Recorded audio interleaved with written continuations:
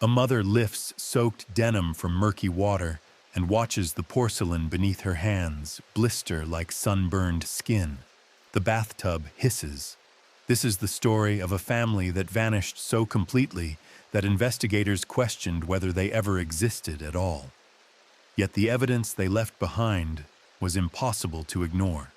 Millbrook Hollow sat tucked into the bent elbow of the Clearwater River in southeastern Oregon, a cluster of 37 homes where logging families lived paycheck to paycheck. The air always carried the sweet rot of wet bark, and the gravel roads stayed soft enough to hold boot prints for days. In the autumn of 1974, one family stood out not because they were remarkable, but because they were relentlessly, meticulously ordinary. The Kowalskis, Raymond, his wife Claire, and their 3 children, Marcus, 14, Lily, 11, and Thomas, 7. Raymond worked nights. Claire kept house.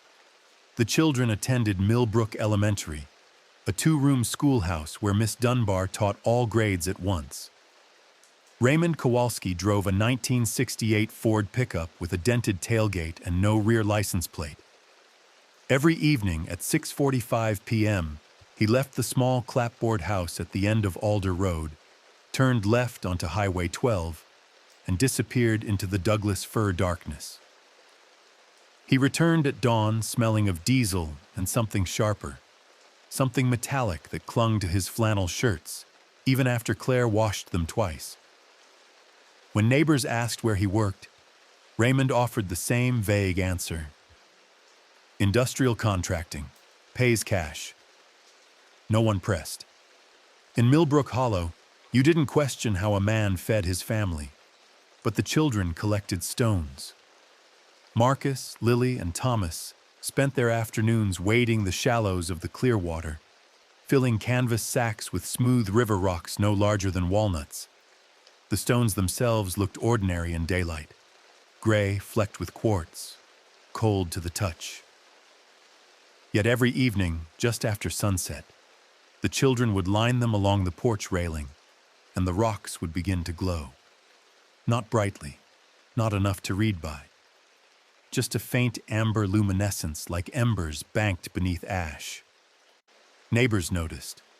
Mrs. Ida Helmsley, who lived 3 houses down, mentioned it to her husband over dinner one October night. "Those Kowalski kids have some kind of painted rocks," she said. "Glow-in-the-dark paint, maybe." Her husband shrugged. Kids being kids. But Claire Kowalski knew they weren't painted. She washed the children's clothes every Sunday in the clawfoot tub on the back porch. The first time she noticed the corrosion, she thought she'd used too much bleach. A small patch of enamel near the drain had turned rough and pitted, exposing the iron beneath. The second Sunday, the patch had spread. By the third, the bottom of the tub had developed hairline fractures that wept rust-colored water onto the planks below. Claire mentioned it to Raymond once in the kitchen, her voice low. "Something's wrong with the tub. It's falling apart." Raymond didn't look up from his coffee. "I'll get a new one." He never did. Where are you watching this from? Drop your location and the time in the comments. I want to know how far this story travels. And if you're already hooked, hit that like button and subscribe. Trust me, this is just the beginning. By late November, the children had collected hundreds of stones. They kept them in burlap sacks beneath their beds, and at night, the glow seeped through the fabric, casting faint amber pools on the pine floorboards. Miss Dunbar noticed Marcus dozing off in class, dark crescents beneath his eyes. When she asked if everything was all right at home, he nodded quickly. "Dad works nights. Sometimes it's hard to sleep." She let it go. Teachers in towns like Millbrook learned not to pry. Then the trucks arrived. On the morning of December 4th, 1974, 2 unmarked panel trucks turned onto Alder Road, and parked in front of the Kowalski house. No logos, no license plates. Primer gray paint flaking near the wheel wells. 4 men stepped out, all wearing identical navy coveralls and leather gloves. They didn't knock. Raymond met them at the door, spoke briefly, then waved them inside. Mrs. Helmsley watched from her kitchen window. She told the county sheriff later that the men carried equipment, metal cases, handheld devices with dials and antennas. They stayed 90 minutes. When they left, Raymond and Claire loaded the children into the pickup. The family drove away at 11:32 a.m. They never came back. By Christmas, the house stood empty. Mail piled up in the rusted box. The front door hung ajar, creaking in the wind. When Mrs. Helmsley finally walked over on December 28th, she found the interior stripped, furniture gone, cabinets bare, not a photograph or dish towel left behind. The only thing remaining was the bathtub on the back porch. It was still ticking. A faint, rhythmic click, like a clock winding down. The enamel had corroded completely, leaving only skeletal iron ribs and a basin so brittle it crumbled when she touched it. Beneath the tub, the wooden planks had turned black and soft, disintegrating into fibrous pulp. Mrs. Helmsley backed away and called the sheriff. What could corrode cast iron in 8 weeks? And why did Raymond Kowalski never bother to remove it? The sheriff's deputy found boot prints leading from the house to the riverbank. Then nothing, as if the family had walked into the water and decided to stay.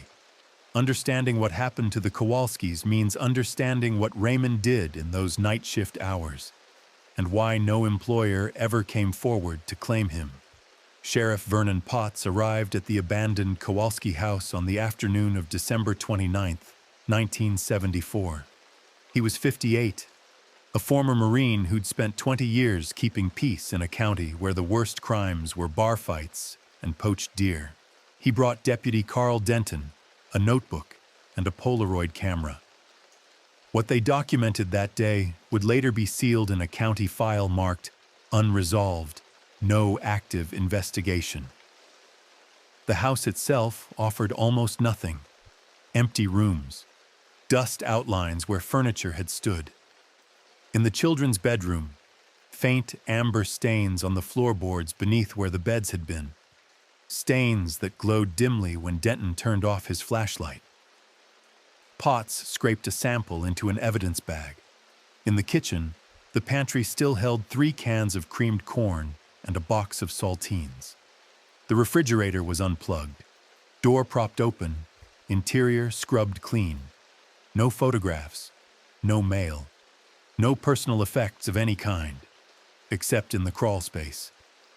Denton found the access panel behind the water heater. Inside, wedged between floor joists, were 17 canvas sacks. Each held approximately 40 to 50 river stones. Potts opened one sack and immediately recoiled.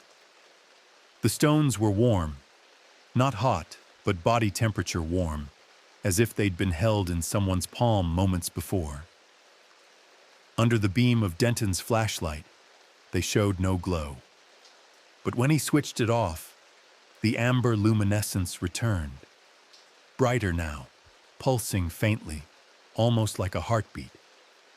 Potts confiscated all 17 sacks and stored them in the evidence locker at the county courthouse. Within 48 hours, the locker's steel shelving had begun to corrode. But the real mystery wasn't what the Kowalskis left behind. It was where Raymond had been going every night for 7 months. Potts interviewed everyone in Millbrook Hollow. The neighbors confirmed Raymond's routine. 6:45 p.m. departure, dawn return. But no one knew his destination. Highway 12 ran east toward Bend and west toward the coast, threading through 60 miles of national forest and private timberland. Potts contacted every logging company, mill, and industrial contractor within a 100-mile radius. None had ever employed Raymond Kowalski. No tax records, no payroll stubs, no W-2 forms.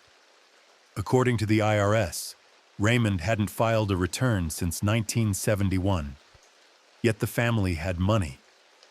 Claire paid for groceries in cash at Millbrook General. Marcus bought a used bicycle from a classmate for $30, 310s, crisp and sequential. The electric bill was always paid on time, in person, with cash. When Potts calculated their estimated monthly expenses, he arrived at roughly $450. Raymond would have needed to earn at least $500 to cover it. Where was that money coming from? Cash jobs leave no paper trail. Deputy Denton proposed a theory.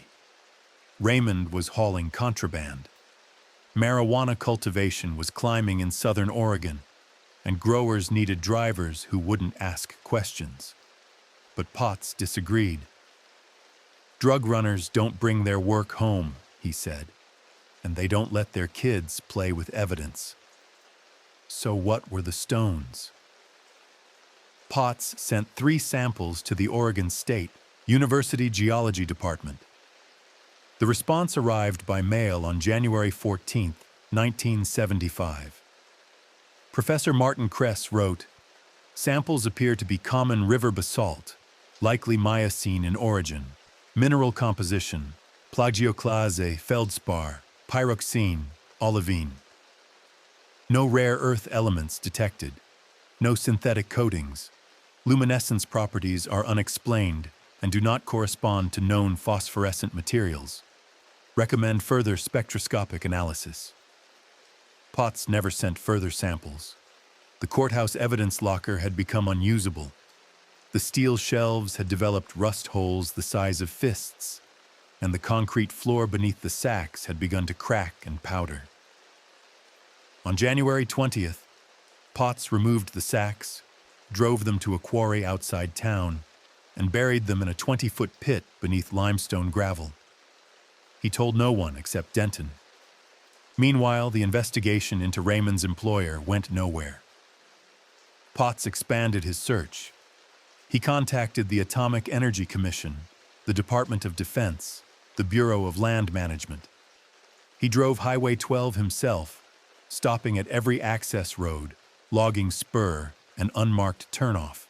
He found abandoned mills, collapsed cabins, rusted equipment, nothing operational, nothing that would require a night shift driver. Then he found the turnoff at mile marker 47. It wasn't on any map. A gravel road, barely 2 lanes wide, disappearing into dense forest. No gate, no signage, just fresh tire ruts in the mud. Potts followed it 3 miles until it dead-ended at a clearing ringed by chain-link fence. The fence was new, galvanized steel, 8 feet tall, topped with barbed wire. Beyond it stood a concrete structure, low and windowless, partially overgrown with blackberry vines. A generator hummed somewhere inside. Potts parked and approached the gate. It was padlocked. He called out. No response. He took photographs. Then he heard the dogs, not barking, just low growls from the trees behind him. He returned to his cruiser and left. 2 days later, the gate was gone. The fence was gone. When Potts returned with Denton and a county surveyor, the clearing was empty. Just trees and undergrowth. No tire ruts. No concrete foundation. The surveyor checked his maps. "Nothing's ever been here," he said. "This is federal forest land. No permits, no easements." What was Raymond Kowalski hauling from a place that didn't exist? And why did the men in unmarked trucks come for him the moment someone started paying attention?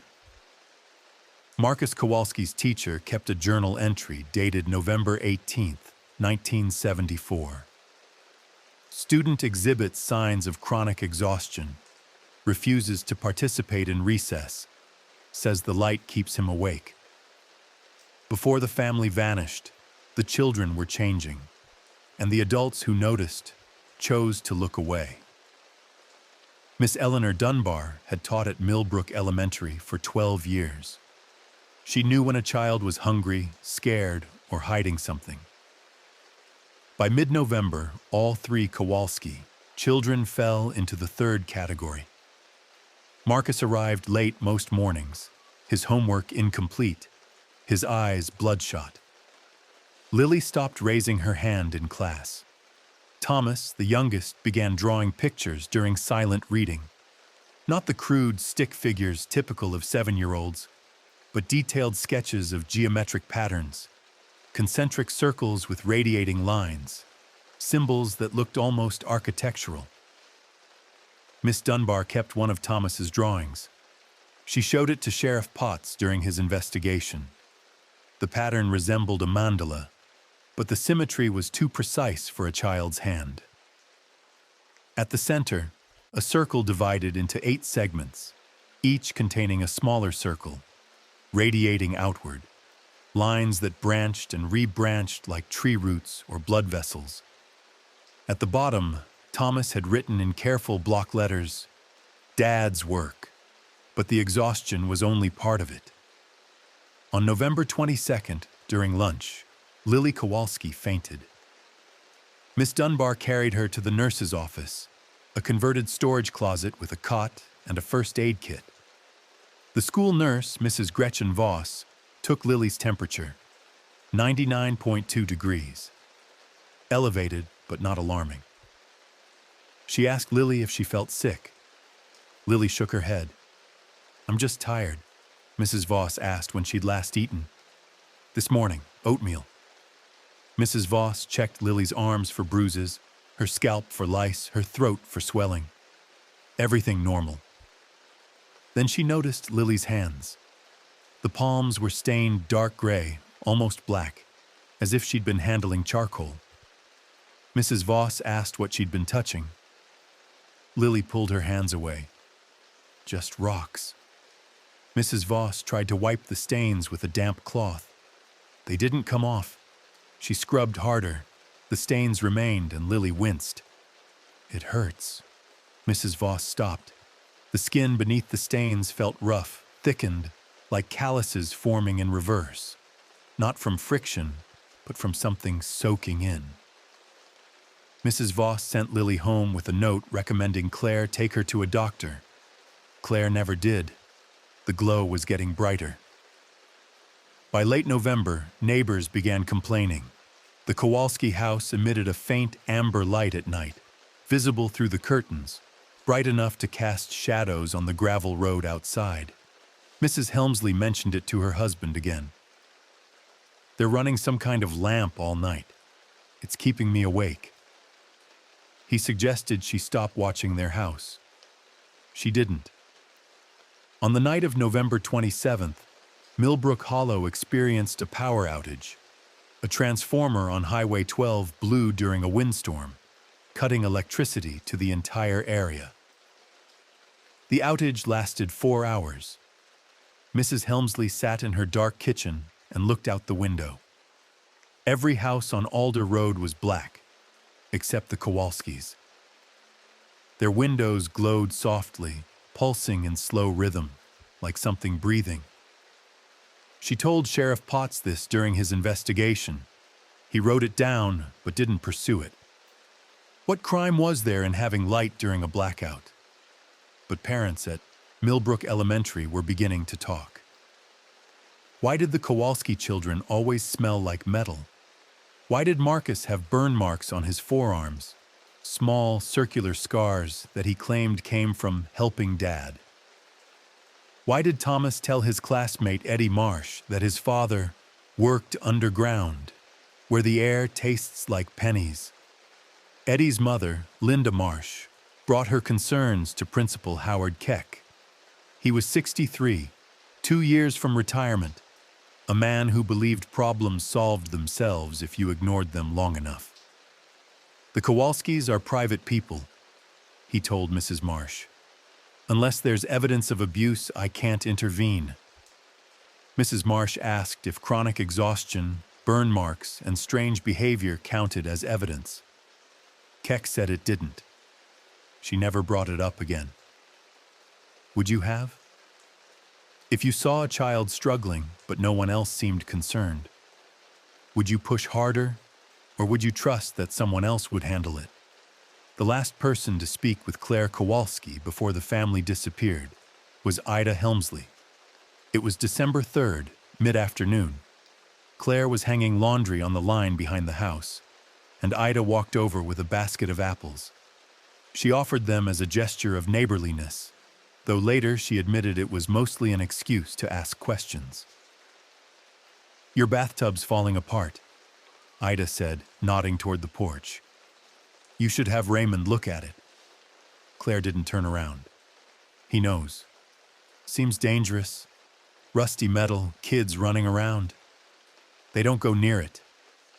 Ida set the basket on the porch railing. "You folks doing all right?" The children looked tired. Claire finally turned. She was 31 but looked older, hair pulled back tight, skin pale, dark circles under her eyes that mirrored her children's. "We're fine." "Raymond's work keeping him late?" "He works nights. You know that." "Where exactly does he—" "Thank you for the apples." Claire picked up her laundry basket and went inside. The door clicked shut. Ida stood on the porch for a moment, then left. She never saw Claire again. The next morning, the unmarked trucks arrived. When Potts interviewed Ida after the family's disappearance, she described the scene in detail. The men wore no badges, no identification. They moved with military efficiency. One posted at the driveway, 2 entered the house, 1 remained by the trucks. Raymond spoke with them briefly at the door, calm, as if he'd been expecting them. Claire packed the children into the pickup without argument. No one looked distressed. No one looked back. "It didn't seem like an emergency," Ida told Potts. "It seemed like they were going on a trip with no luggage, no explanation, no goodbye." The elementary school marked Marcus, Lily, and Thomas absent on December 5th, and 6th, and 7th. By the 10th, Principal Keck called the Kowalski house. No answer. He noted it in his records and moved on. When Potts later asked why Keck hadn't followed up, the principal said, "Families move all the time. I assumed they'd transferred schools." Without notifying anyone, without withdrawing records, without leaving a forwarding address. Sometimes people don't want to know.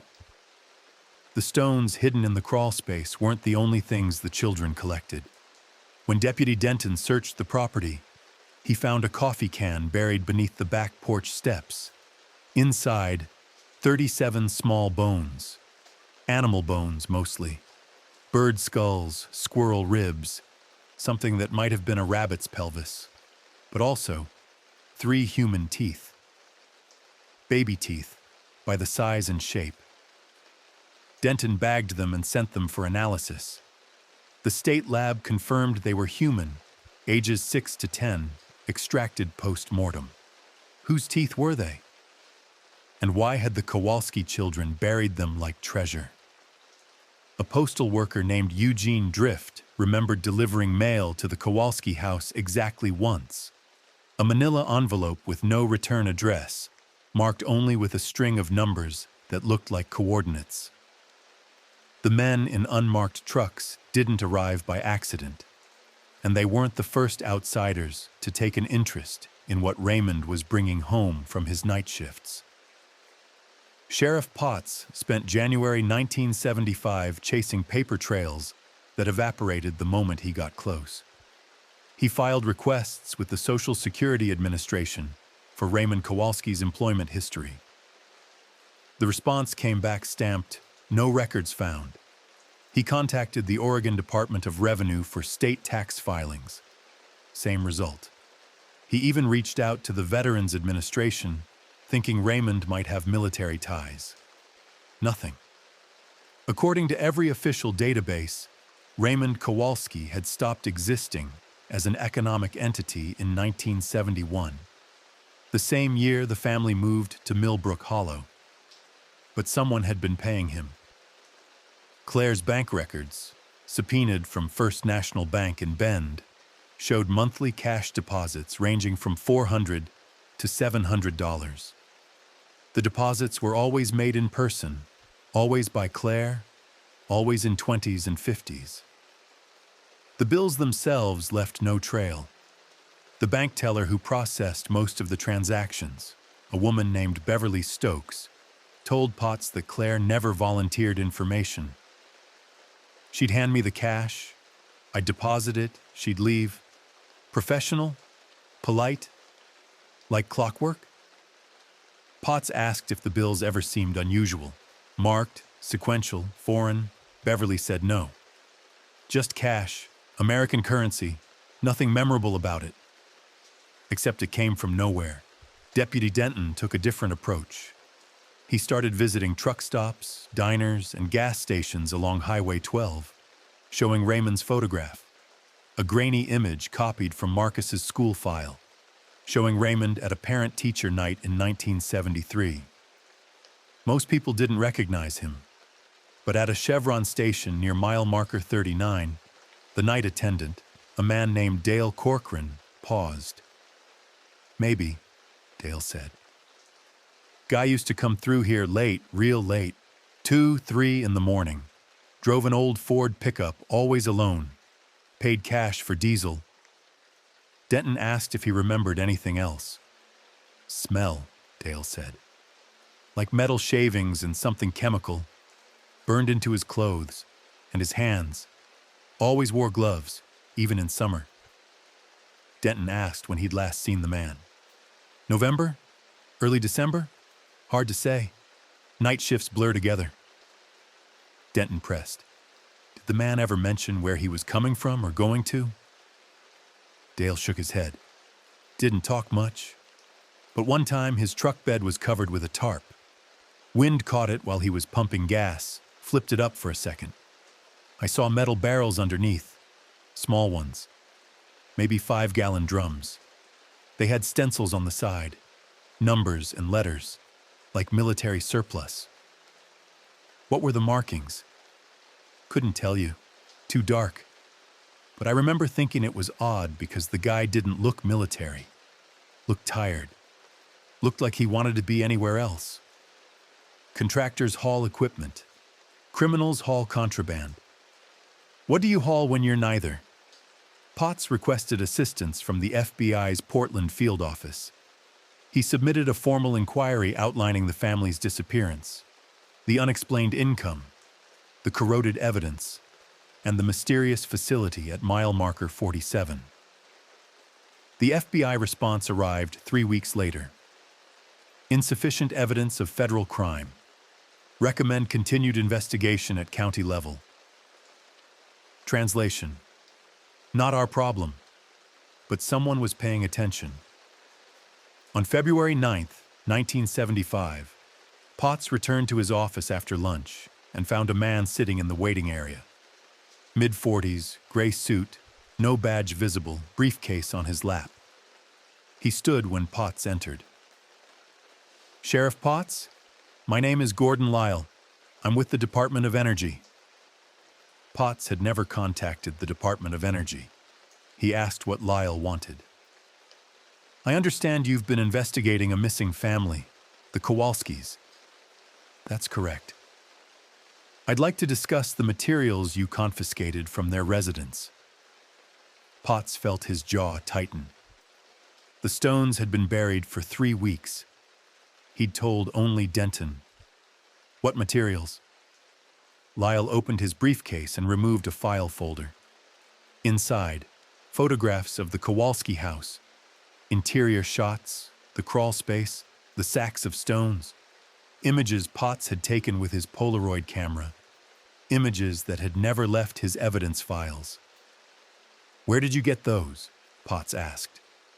"Sheriff, I'm not here to complicate your investigation. I'm here to help you understand what you're dealing with." "Then start by explaining how you accessed confidential evidence." Lyle closed the folder. The materials your deputy confiscated are contaminated, radiologically contaminated. They pose a health risk to anyone in prolonged contact with them. We need to recover and dispose of them properly. Potts sat down behind his desk. They're already disposed of. Where?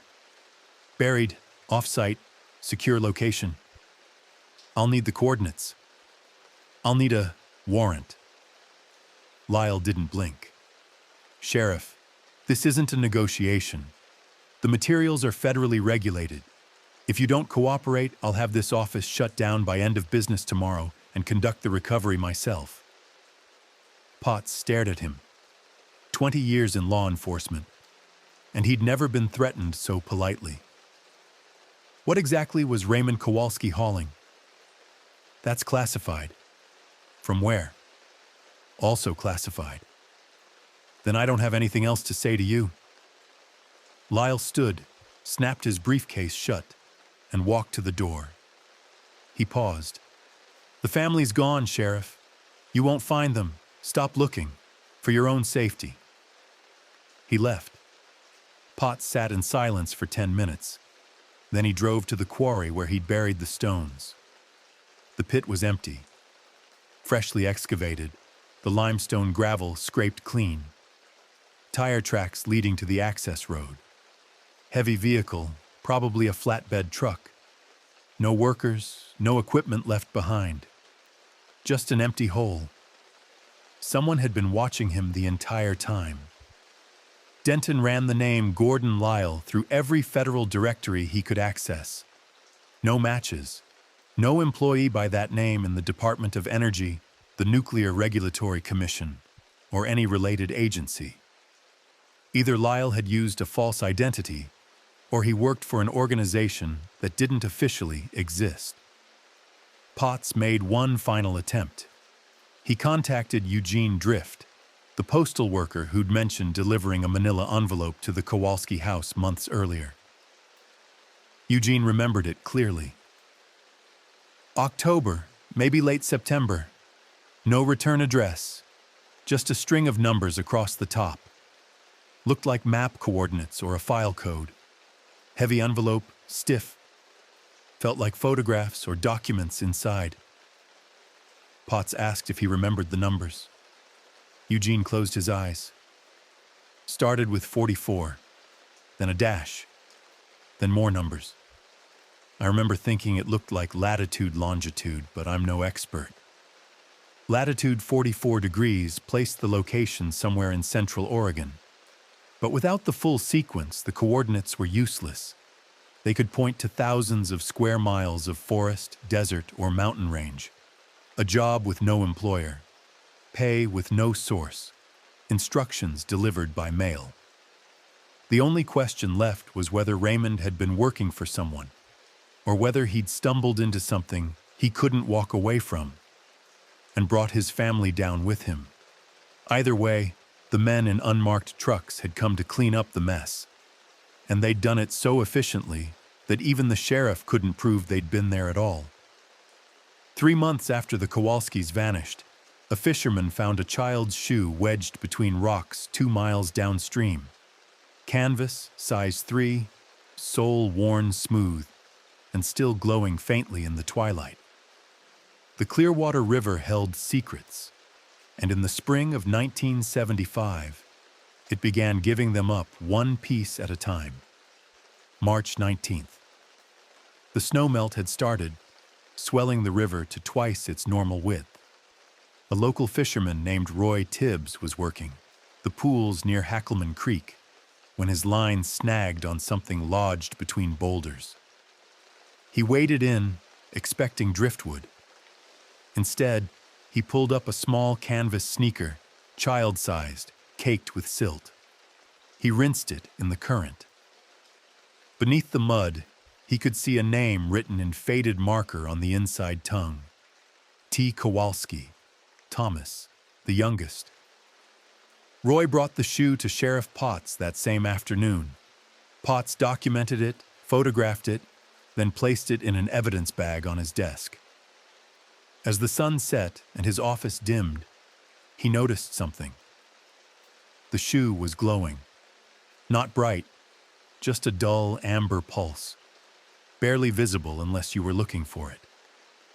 He turned off the lights. The glow strengthened, rhythmic, like a heartbeat filmed in slow motion. Potts called Deputy Denton. Together they drove to the quarry where the stones had been buried and stolen. Potts held the shoe near the empty pit. The glow intensified. Denton checked his Geiger counter, a surplus civil defense unit Potts had requisitioned after Gordon Lyle's visit. The needle twitched, but didn't spike. Radiation, if present, was minimal. Whatever was making the shoe glow wasn't radioactive in the conventional sense. Could be phosphorescence, Denton suggested. Some kind of mineral transfer from the stones to the fabric. For 3 months underwater? Potts said. Phosphorescence fades. Then what is it? Potts didn't answer. He bagged the shoe and locked it in the evidence room. By morning, the steel filing cabinet had developed a rust spot the size of a quarter. The discovery triggered a search operation. On March 21st, Potts organized a volunteer team, 12 locals, including Roy Tibbs, Dale Corcoran from the Chevron station, and even Principal Keck, who wanted to appear concerned now that the story was gaining attention. They walked both banks of the Clearwater from Millbrook Hollow downstream to the confluence with Salt Creek, roughly 8 miles. They found nothing the first day. On the second day, they found more. A hairbrush, pink plastic, half the bristles missing, tangled with long blonde strands. Lilies, a spiral notebook, pages swollen and illegible except for the name inside the cover. Marcus Kowalski, grade 8, a wool blanket torn into strips, snagged on a willow branch. Claire had kept an identical blanket on the living room couch. No bodies, no bones, just fragments, as if the family had been disassembled and scattered like seeds. Things don't float upstream. Roy Tibbs made that observation on the 3rd day of searching. The items were found progressively downstream, which made sense if they'd been dumped into the river from Millbrook Hollow. But Thomas's shoe had been found 2 miles downstream. The hairbrush was found half a mile upstream from that. The notebook was another mile upstream. The pattern didn't follow the current. It followed something else. Potts spread a map on the hood of his cruiser and marked each discovery with a red X. The points didn't cluster. They formed a line, roughly parallel to Highway 12, from mile marker 47 to the eastern edge of Millbrook Hollow. Denton saw it immediately. The road Raymond drove. Potts nodded slowly. Someone dumped these items along the route, wanted them found, or wanted us to follow the trail. That night, Potts drove Highway 12 alone. He stopped at mile marker 47 and walked into the forest where the mysterious facility had been, or hadn't been. The clearing was still empty. Trees, ferns, no sign human hands had ever touched the soil. But as he walked the perimeter, his flashlight caught something metallic half buried beneath rotting leaves. He knelt and brushed the debris away. A small drum, 5-gallon capacity, steel construction, painted olive drab, stenciled on the side in white block letters. DOE NTS 74332, Department of Energy, Nevada Test Site, 1974, Batch 332. Potts photographed the drum from every angle, then tried to lift it. Too heavy. He unscrewed the cap. Inside, a black, tar-like substance, viscous and cold. The smell hit him immediately, metallic, chemical, like burnt copper and ozone. He recapped it quickly, his hands trembling. Whatever was inside, it wasn't supposed to be in a forest in Oregon. He drove the drum to his office and locked it in the evidence room beside Thomas's shoe. By morning, both items were glowing in sync, pulsing together like twin hearts. Potts contacted the Department of Energy directly this time, bypassing local channels. He provided the stencil code and demanded an explanation. The DOE response arrived by certified mail 4 days later. No record of material batch, DO NTS 74332. Stencil code does not match any authorized inventory. Recommend disposal through local hazardous waste protocols. In other words, we've never heard of it, and it's your problem now. But Potts knew better. The DOE was lying. The Nevada test site had conducted over 900 nuclear tests between 1951 and 1992. Many were classified. Many involved experimental materials, uranium, plutonium, and lesser-known isotopes with properties that never made it into public record. If Raymond had been hauling waste from a black site facility, he wouldn't be the first civilian contractor used for illegal disposal. What made this different was the glow. Nuclear waste didn't glow amber, it didn't pulse, and it certainly didn't corrode cast iron bathtubs in 8 weeks. On April 2nd, Potts received an anonymous phone call. Male voice, calm, no identifying accent. "Sheriff, stop digging. The family's gone. The materials are gone. You're chasing ghosts." Who is this? Someone who knows what happens to people who don't listen. The line went dead.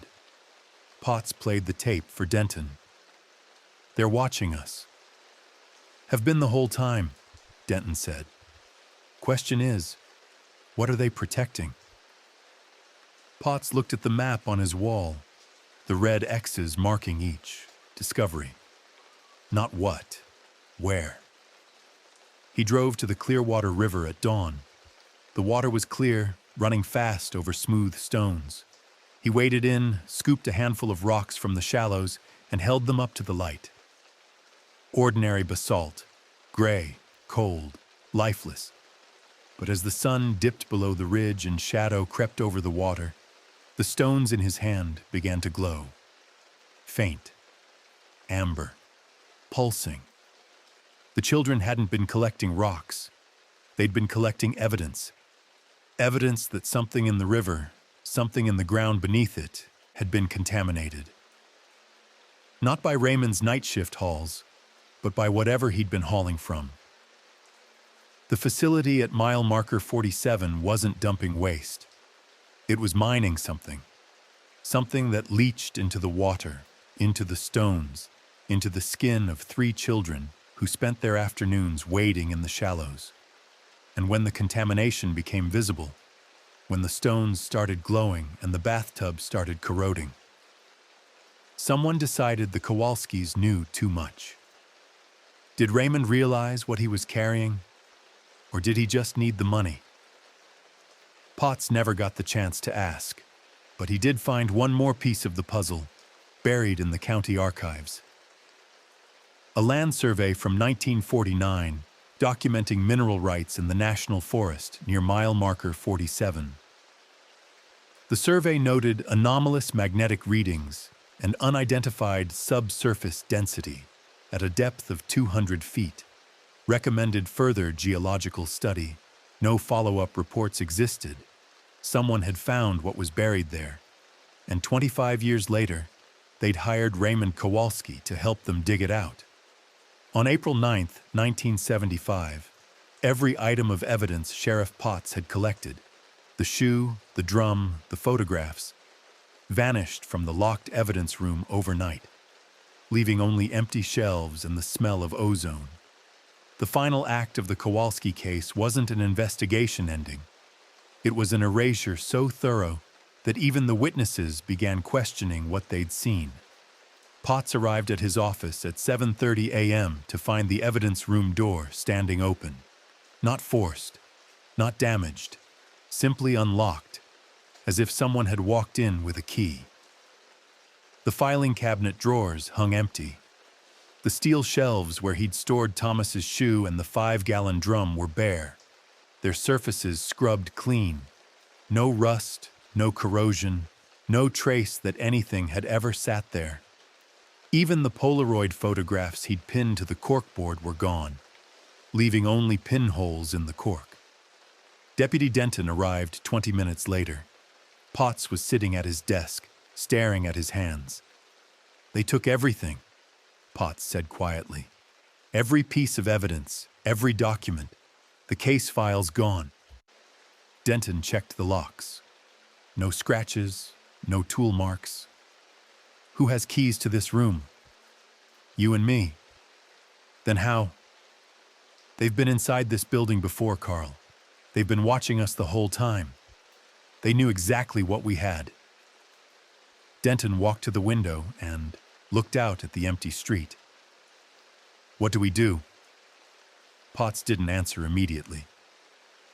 He opened his desk drawer and removed a small notebook, his personal log, the one he kept separate from official records. Inside were handwritten notes, dates, names, observations, everything he remembered about the Kowalski case. "We document what we can't prove," he said, "and we wait." "For what?" "For them to make a mistake." They never did. Over the following weeks, the case dissolved like sugar in water. Principal Keck claimed he'd checked the school records and found no enrollment files for Marcus, Lily, or Thomas Kowalski. "Must have been a clerical error," he told Potts. "Perhaps you're thinking of a different family." Miss Eleanor Dunbar, the teacher who'd kept Thomas's drawing, said she'd lost it during a move. "I don't recall the image clearly anymore. Children draw strange things all the time." Mrs. Ida Helmsley, the neighbor who'd watched the unmarked trucks arrive, revised her story. "I saw some vehicles, yes, but I don't remember them being unmarked. Could have been moving vans. The Kowalskis were private people. Maybe they just relocated for work." Roy Tibbs, the fisherman who'd found Thomas's shoe, told Denton he might have been mistaken about the name written inside. The marker was faded, could have said anything. And the glow? Probably just reflective tape on the sole. One by one, every witness softened their testimony, added qualifiers, expressed doubt. Not because they were lying, but because certainty is exhausting when everyone around you insists you're wrong. Gaslighting works best when it's a community effort. Potts tried contacting Beverly Stokes, the bank teller who'd processed Claire's cash deposits. First National Bank informed him that Beverly had resigned and moved out of state. No forwarding address. He requested copies of the Kowalski account records. The bank replied that no account under that name had ever existed. "Perhaps you're thinking of a different branch," the manager suggested. Eugene Drift, the postal worker who delivered the mysterious envelope, transferred to a route in eastern Oregon. Potts called him twice. The first time, Eugene said he didn't remember any envelope. The second time, he hung up. Dale Corcoran, the Chevron attendant, quit his job in May. When Denton tracked him down at a motel in Bend, Dale was packing his car. "I don't know anything about metal drums or late-night drivers," Dale said, not making eye contact. "You got the wrong guy. You told me you saw. I was mistaken. People look alike at night. I see hundreds of trucks a week. Can't remember one from another." "Dale, what happened? Did someone threaten you?" Dale threw his duffel bag into the back seat and climbed behind the wheel. "Go home, deputy. Forget the family. Forget the whole thing. It's safer that way." He drove off. Safer for whom? Potts made one last attempt to locate the mysterious facility at mile marker 47. He contacted the Forest Service, the Bureau of Land Management, and the Army Corps of Engineers. All confirmed. No structures, no permits, no activity in that area. Ever. He even hired a private surveyor to walk the site with ground-penetrating radar. The surveyor found nothing. No foundation, no buried cables, no subsurface anomalies. just dirt and trees. On June 14, 1975, Sheriff Vernon Potts officially closed the Kowalski case.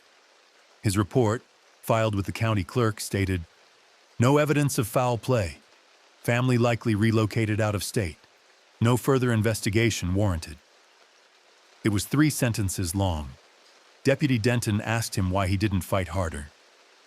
"Because I want to see my grandchildren grow up," Potts said. 2 weeks later, Potts received a package at his home. No return address. Inside, a single Polaroid photograph, the one he'd taken of the glowing stones in the crawl space. On the back, written in blue ink, "Thank you for your cooperation." He burned it in his fireplace that night, but the story didn't end there. Stories like this never do. In August 1975, a geology student from Oregon State named Wendy Carhill was conducting field research along the Clearwater River. She collected water samples for her thesis on mineral content in tributary systems. When she analyzed the samples in the university lab, she found anomalous readings, trace elements that didn't correspond to known geology. She flagged the results for her advisor, Professor Martin Kress, the same professor who'd analyzed the Kowalski stones months earlier. Kress reviewed her findings, then told her the samples were contaminated. "Lab error," he said. "Discard them and recollect." Wendy returned to the river. The second batch showed identical results. Kress told her to choose a different research site. "The Clearwater's been studied extensively. Nothing new there," Wendy argued. Kress threatened to reassign her thesis. She dropped the topic. Years later, Wendy would tell a journalist that Kress had been visited by 2 men in suits shortly after she submitted her first samples. She never saw the men herself, but after their visit, Kress became insistent, almost frantic, that she abandon her research. "He was scared," she said. "I'd never seen him scared before." The Clearwater River flows on. Fishermen still work its pools. Hikers still camp its banks. Children still collect smooth stones from its shallows.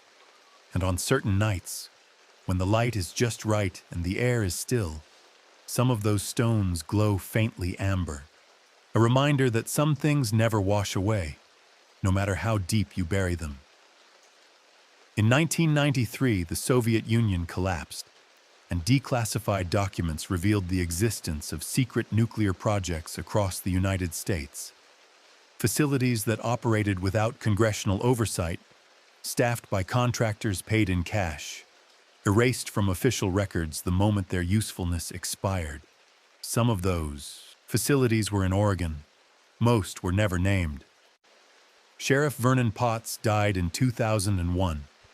In his personal effects, his daughter found a locked box containing a single notebook filled with handwritten entries about a family named Kowalski. She donated it to the County Historical Society. It was archived, but never displayed. Deputy Carl Denton retired in 2006. He gave one interview to a local newspaper, during which he mentioned an unusual missing persons case from 1975. When pressed for details, he said, "Some stories aren't meant to be told. The people who tried didn't live long enough to regret it. The most effective cover-up is the one where the witnesses silence themselves." And that's exactly what happened in Millbrook Hollow. Not through force, but through exhaustion, through isolation, through the quiet understanding that some truths come with a price no one wants to pay. The Kowalski house stood empty until 1981, when it was demolished to make way for a county maintenance shed. The workers reported nothing unusual during the teardown. No glowing stones, no corroded metal, no evidence anyone had lived there at all. The back porch where the bathtub had ticked its final hours was hauled away in pieces and burned. But before the demolition, one worker, a man named Luis Herrera, pocketed something he found beneath the floorboards, a small canvas sack.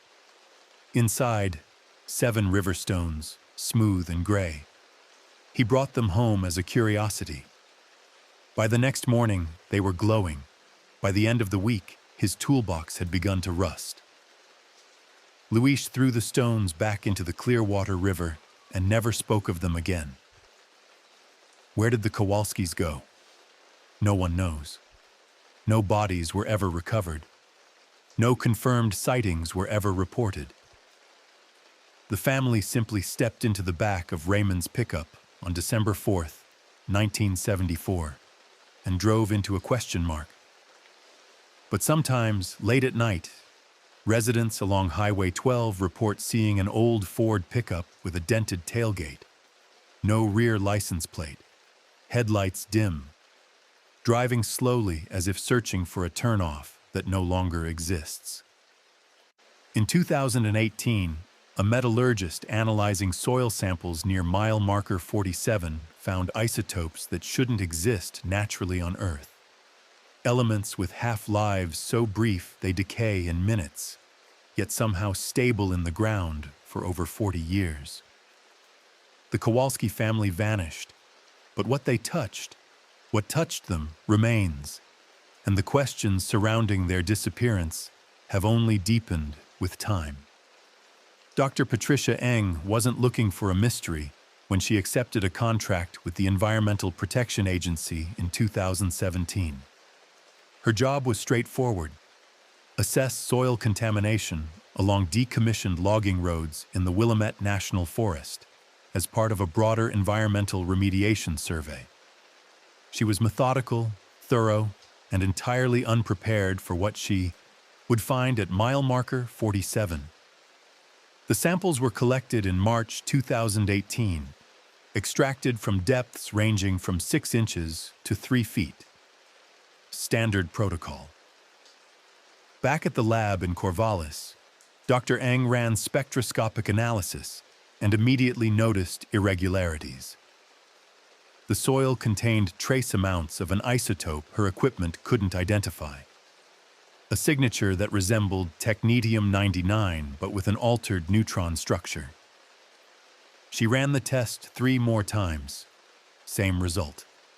She submitted the findings to Lawrence Livermore National Laboratory, one of the few facilities equipped to analyze exotic isotopes. The response took 6 weeks. When it arrived, it wasn't a report. It was a phone call. A man who identified himself only as Dr. Reinhardt asked where she'd collected the sample. She told him. He asked if she'd collected others from the same site. She had 8 more, archived in cold storage. He told her to destroy them immediately and submit no further reports. Why? Dr. Eng asked. Because that material isn't supposed to be there. And if you document it officially, you'll spend the rest of your career answering questions you don't want to answer. What kind of material are we talking about? The kind that ends careers. Destroy the samples, Dr. Eng. This conversation never happened. The line went dead. Dr. Eng didn't destroy the samples. She stored them in a private freezer and quietly resigned from the EPA 6 months later.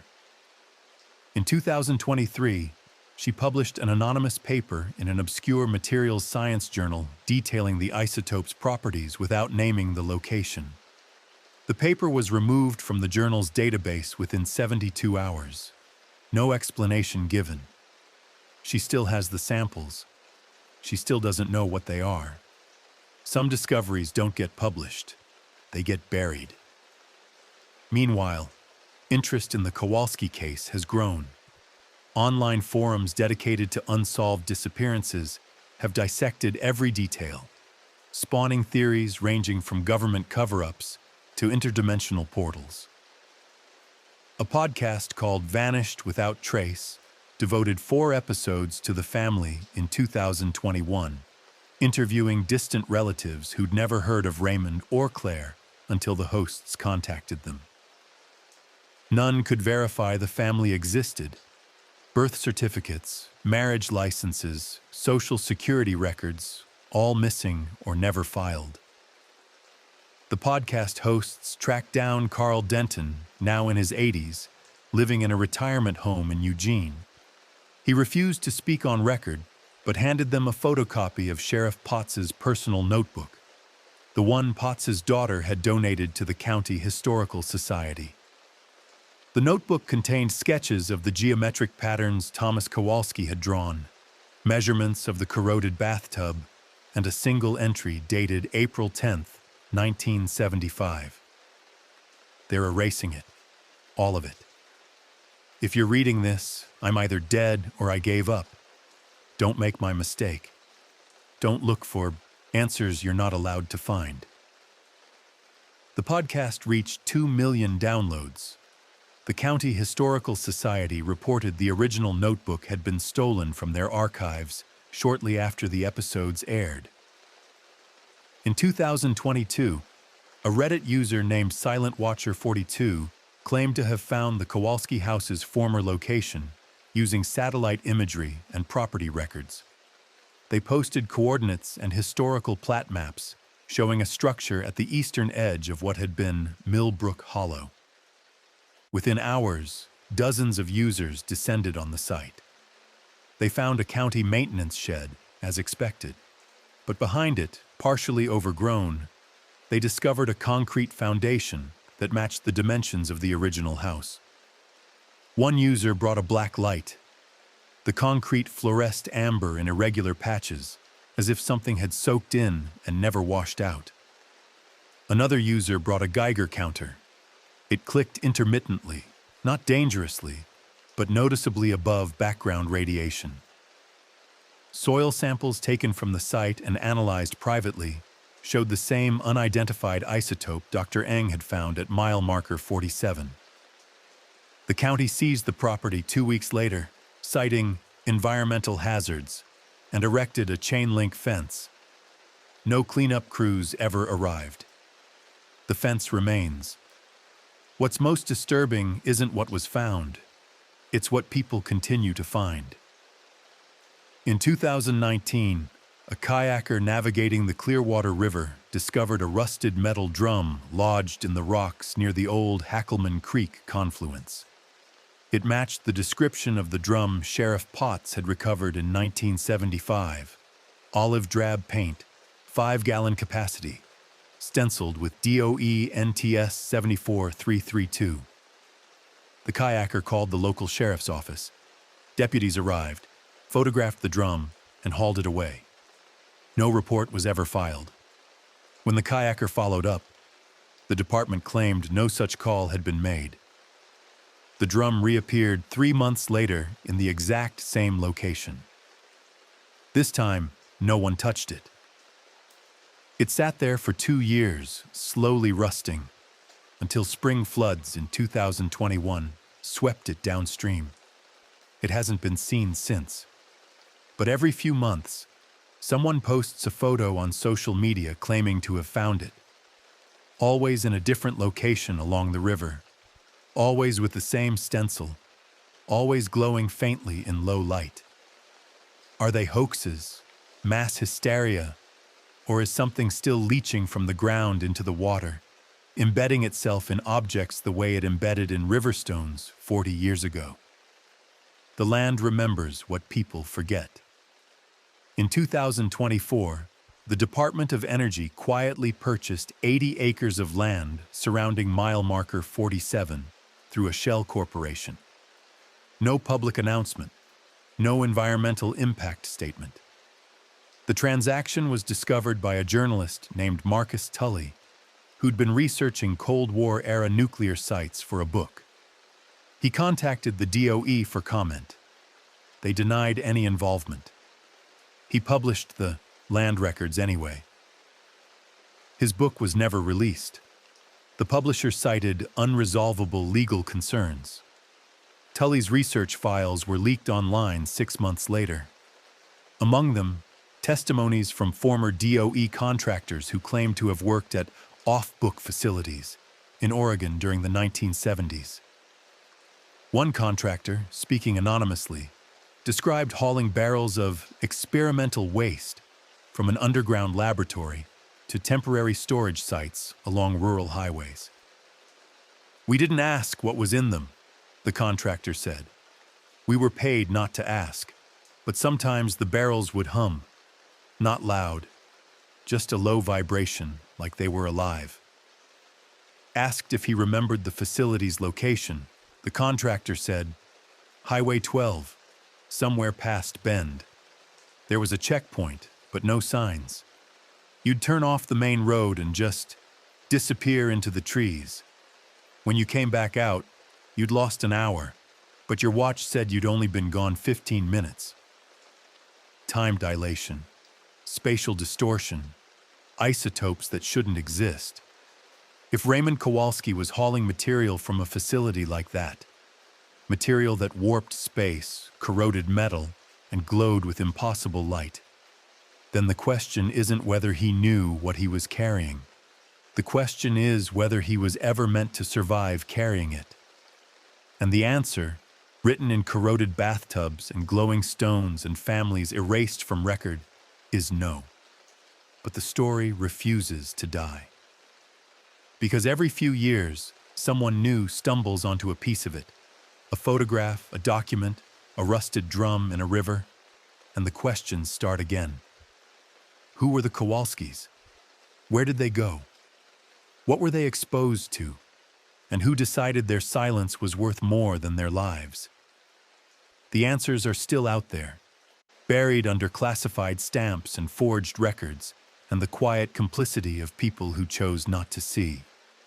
And somewhere along Highway 12, in soil that glows faintly under black light, in water that carries isotopes with no name, the evidence remains, waiting for someone brave enough or foolish enough to dig it up.